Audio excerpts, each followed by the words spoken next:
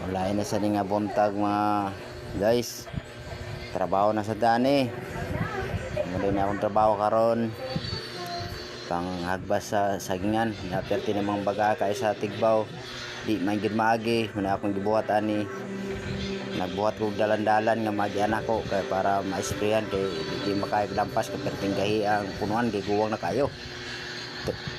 Muni nga akong gi lampasan nya mga tag 5 kadupa lampasasan para maagi lang yun siya. Kaya kung maagyanan nimo pwede na maka-spray. Oh, muni nga ang agpas pa ko ani. Ugma pohon, mang-spray na sad ko dani kay para mapatay ni mga Tigbaw kay perhisyo kay tanan. Isa na ito malapugan kay na may mga saging na lahing tanom na mga matay man. So muni nga atong gibuhatan ni hagpas ng gitara ni para makaagi lang gyud.